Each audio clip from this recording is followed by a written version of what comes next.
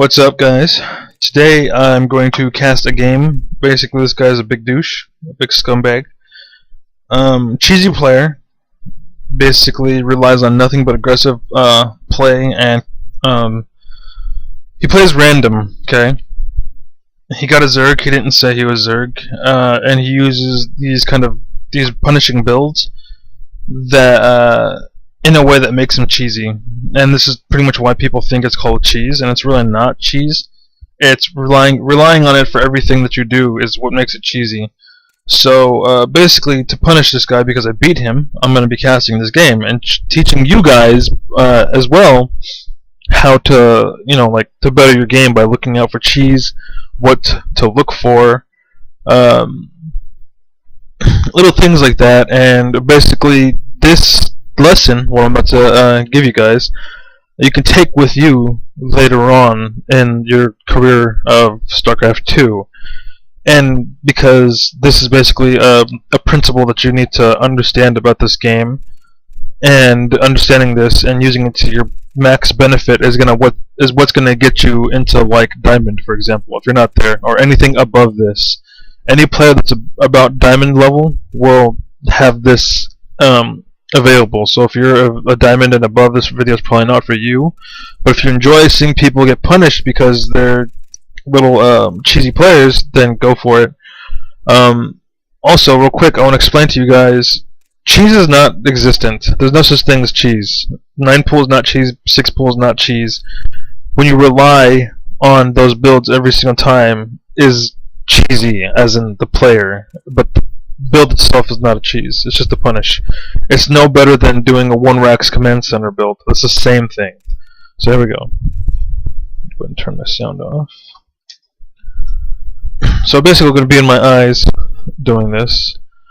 I was sour about a match previously because I basically outplayed a Terran in every way, and I ended up losing anyway solely because he was using drops. That was the only reason why he was actually in that match.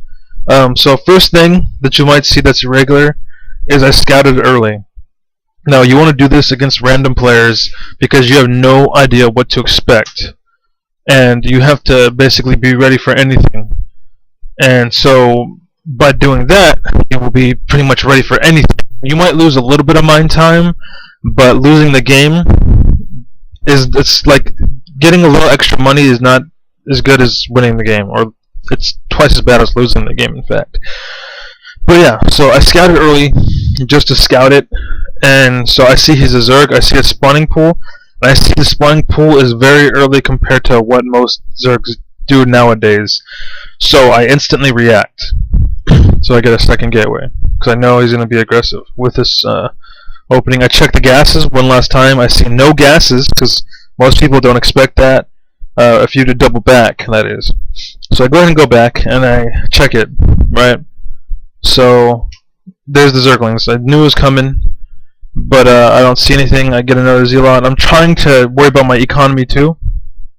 So I'm focusing on, I'm focusing on gas here, because I'm going to need a tech. I don't need exactly all the money in the world, because I'm not going to be doing much beyond this. He tries to get a surround off right there.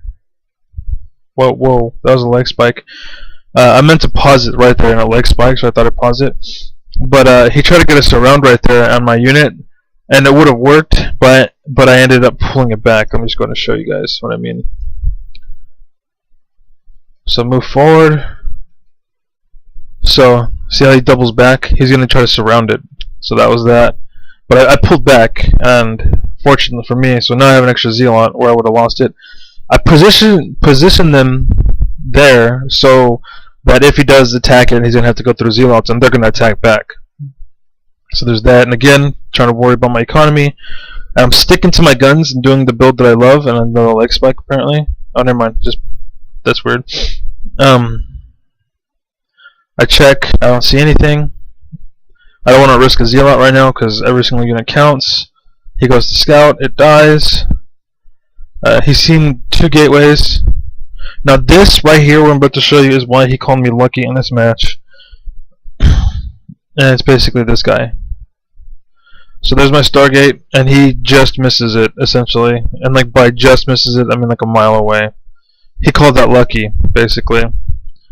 but I call that bet on him. So he sees the what's it called? Let's pause it. He's seen this. According to what I know, he's seen this and he's seen this. So he's expecting 4-gate. Okay, he doesn't see them done yet, but I'm assuming he thinks they're going to be finishing soon. So he's going to be preparing for a 4-gate to what I believe, right? So I'm sending out units to make basically encounter anything that make him think that I'm coming for you, right? But I'm expanding behind this. So he's expecting me to show up, which right now I was actually going to, but because I forgot my mothership, I ended up turning around. So I was like, ah, dang it, I forgot my mothership, and I come home. So let's go back to my vision again. I think that's where I realized it, and I'm like, darn it!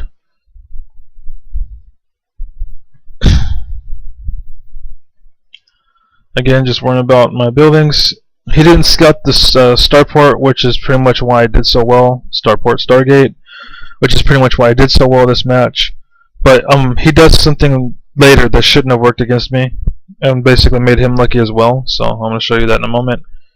I have my wall set up so he can't run by. Notice how good I am on that. Like, I made sure of it. And right here I'm walling because I have a purpose to do so, and I realize my wall is bad.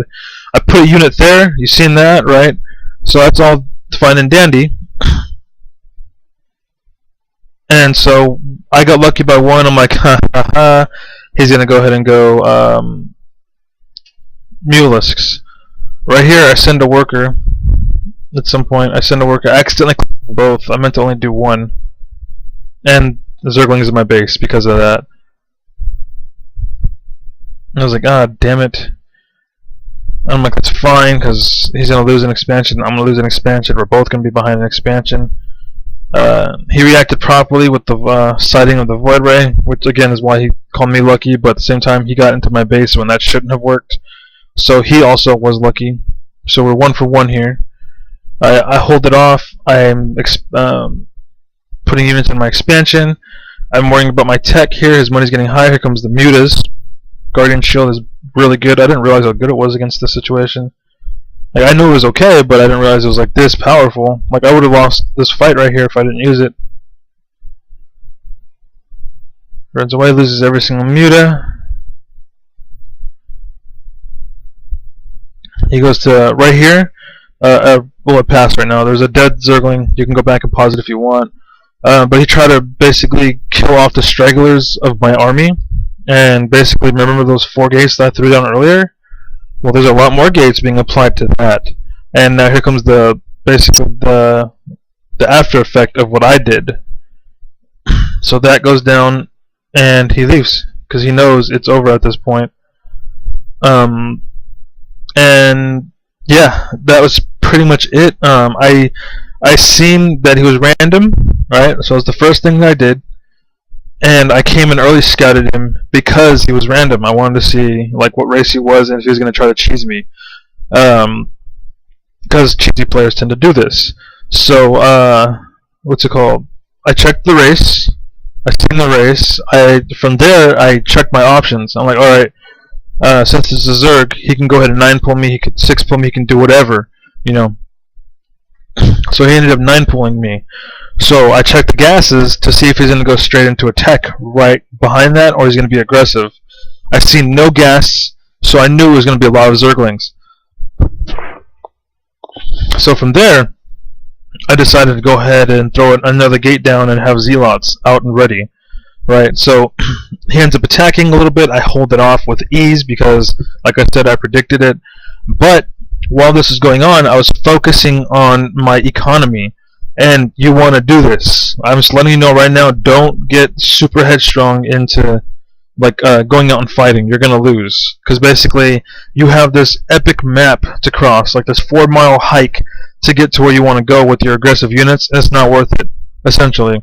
I used to think it was, but it's really not. Solely because the maps are so big. Even with 4-gate and the ability to warp in, it's just not worth it to try to turn around. Because at that point in time, I didn't even have warp gate. So, you know, it wouldn't have mattered anyways. What I just said, that is. So, yeah. So that whole situation took place, and I played defensive. I got a better economy than he had, and I just made sure to kill his economy off so he couldn't go anywhere with it, and I ended up winning the game. And basically that's what you want to do to get later on, or to get higher tier with your ability and yourself, and what have you. And it worked flawlessly, as you've seen. At this point in the game, micro would come into play, because you're both playing off really low econ, and every unit's important, which is why I was trying to preserve everything. And my micro is very good, but as is, I lose to players who focus too much on macro, and I don't punish it. So that's why I try to do very aggressive builds, and I win a lot of my games now. Unless I'm fighting like against a master who does something really like preposterous, basically like out of nowhere. Like I played this one guy. Let's say you spawn here and he spawns here. I had a base here and he expanded here, like as his third base. I checked for his third base and I didn't see it, but he ended up expanding over here, and by the time I seen it, he had like 6 spines and 3 spores, and I just happened to do a tech that was not good against that. And it was basically DT, so I can harass, because I was kind of behind at that point. And he was expanding, and I figured he'd be expanding, I just wanted to deny it and whatever, But it basically comes down to scouting and just being aware. And that's exactly why I won this match, and why he lost this match, because he didn't scout very well and he wasn't aware. So I don't consider that luck personally. I consider that a skill in my book. Personally, that's why I put this in this region, is because they tend to not look here, and if they do, they could possibly lose something. But anyways, that's it. I've been talking for a while. Please follow if you haven't. Check me out, a lot of Zealot, twitch.tv/ALOTOFZEALOT. Come hang out. I do this stuff live, and I go over everything. If you have any questions, I'm pretty active between games with anybody that's there, and I play a lot of other games, so just come hang out. But anyways, that's it. Take it easy. Have a good one, and I hope you learned something, and I hope to see you in Plat with me one day. But I'm going to be in Diamond very soon, so take it easy. Good luck. Have a good one. Peace.